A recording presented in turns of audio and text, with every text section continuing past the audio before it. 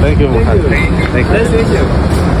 Aku tengah jelajah West Africa dari Senegal ke Morocco merentasi Mauritania dan Western Sahara. Lepas perjalanan 500 km dari border Mauritania merentasi Western Sahara yang gurun segurun-gurunnya, aku pun sampailah ke satu bandar di tengah-tengah Western Sahara iaitu Dakhla, sebuah bandar terpencil yang menghadap ke lautan Atlantik. Selamat tengah hari dari Dakhla. Dakhla ni dari segi geografi dia jauh sikit daripada semua. Pasal dia duduk dekat tengah-tengah Western Sahara, dekat pesisir dan pantai. So atas dia padang pasir, bawah dia padang pasir. Lepas tu tiba-tiba ada Dakhla kat tengah-tengah. Kita orang ni ada dekat sini sebab kita jadikan Dakhla ni sebagai checkpoint untuk bergerak naik ke atas. So next destination adalah ke Marrakesh. Tapi kita naik flight je. Pasal kalau naik bas 24 jam.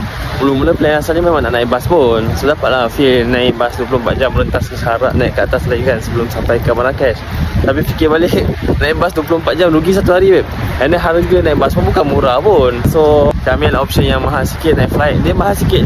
Kita dapatlah jimat sehari and then kita ada extra sehari dekat tempat lain rather than kita habis satu hari dalam bas. Macam ni lah suasana kat Dakhla. Bandar dia simple je. Kalau kau tengok bangunan kat sini pun semua pendek-pendek je, tak ada yang tinggi-tinggi. Tak sangka kan ada bandar macam ni kat tengah-tengah Sahara. Sempatlah buat kawan dengan pemuda-pemudi kat sini sambil-sambil sembang naik bimbang. Dakhla ni bandar pesisiran pantai kan, so kita dapatlah laut. Ombak, angin, cuaca kat sini dengar-dengar agak stable, so memang sesuai untuk surfing. One thing yang aku suka dengan Dakhla ni, orang-orang dia sangat friendly dengan orang luar. Sebab aku boleh kata memang jarang untuk orang luar nak masuk ke Dakhla. 28 and fast.